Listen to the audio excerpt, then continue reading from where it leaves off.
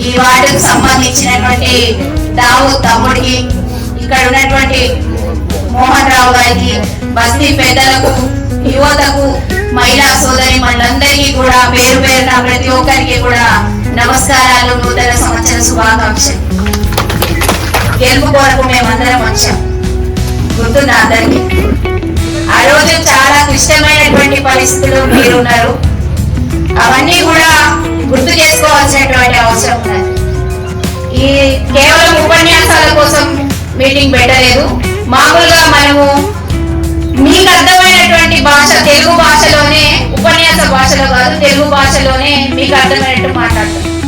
ఆ రోజు ఉన్నటువంటి పరిస్థితి ఎట్లా ఉన్నదంటే కత్తి మీద సాగులా ఉన్నది. అయినా కూడా కాంగ్రెస్ పార్టీకి ఒక అభ్యర్థి వచ్చి, అక్క మేము నిలబడతాను, కాంగ్రెస్ జెండా మోస్తాను, ఇక్కడ ఉన్నటువంటి సమస్యల కోసం పోరాటం చేస్తాను అన్నటువంటి తమ్ముడు దావుద్. చాలా నిర్బంధాలు వచ్చాయి ఆ రోజు. ఇక్కడ ఉన్నటువంటి వార్డంతా కూడా మరి ముక్తకంఠంతో అన్నారు. కేవలం నిజంగా మహేష్ గారు చెప్పినట్టు కొంత తేడాతోనే ఓడిపోయాడు తమ్ముడు. ఇప్పుడు ఇది మీ చేతుల్లో ఉన్నది.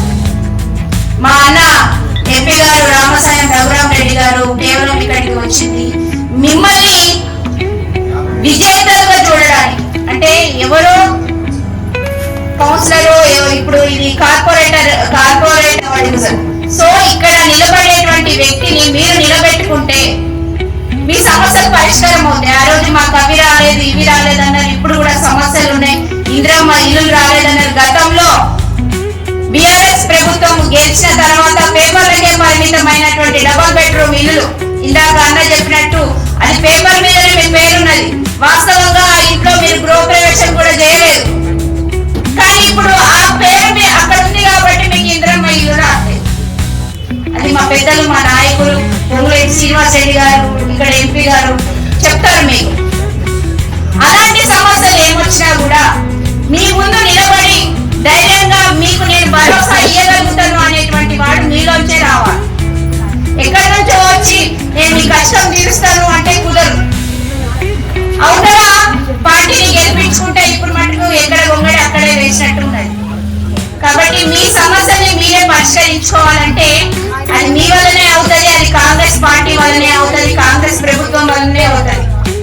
ప్రభుత్వం ఇప్పుడు మటుకు ఏమి ఇచ్చింది, ఆ పథకాలన్నీ మీకు తెలుసు. ఇంకా కొంతమందికి రాకపోవచ్చు, ఇక్కడ మాకు రాలేదు అని మీరేం అధైర్యపడద్దు, బాధపడద్దు. ఆ పథకాలన్నీ మీకు రావాలంటే కాంగ్రెస్ పార్టీ బలపరిచినటువంటి అభ్యర్థికి మీరు ఓటేసి గెలిపిస్తే తప్పకుండా ఆ పథకాలు వస్తాయి. వాటి వల్ల సమస్యలు ఎట్లా తీరుతాయి అంటే, ఇప్పుడు కేవలం మేము మీటింగ్, ఇందాక చెప్పినట్టు మీటింగ్ పెట్టడానికి రాలే, మీరే ఒక కమిటీగా ఏర్పాటు కాండి.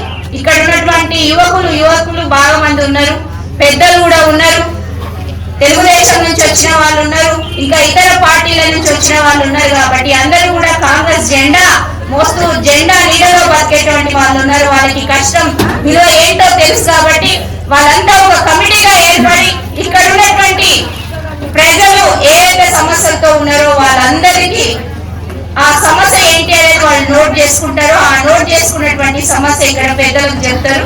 తప్పకుండా దాని పరిష్కారాన్ని వెతికే ప్రయత్నం, పరిష్కరించే ప్రయత్నం ఇక్కడ పెద్దలు చేస్తారు. కాబట్టి మీరు చేసేది కేవలం ఒకటే, ప్రభుత్వ పథకాలు మీకు రావాలన్నా, మీ సమస్యలు తీరాలన్నా, మనం ప్రజా ప్రభుత్వం పైకి పయనించాలన్నా, మహిళలుగా మిమ్మల్ని ఒక పెద్దపీట వేసినటువంటి కాంగ్రెస్ ప్రభుత్వాన్ని మద్దతు ఇవ్వ.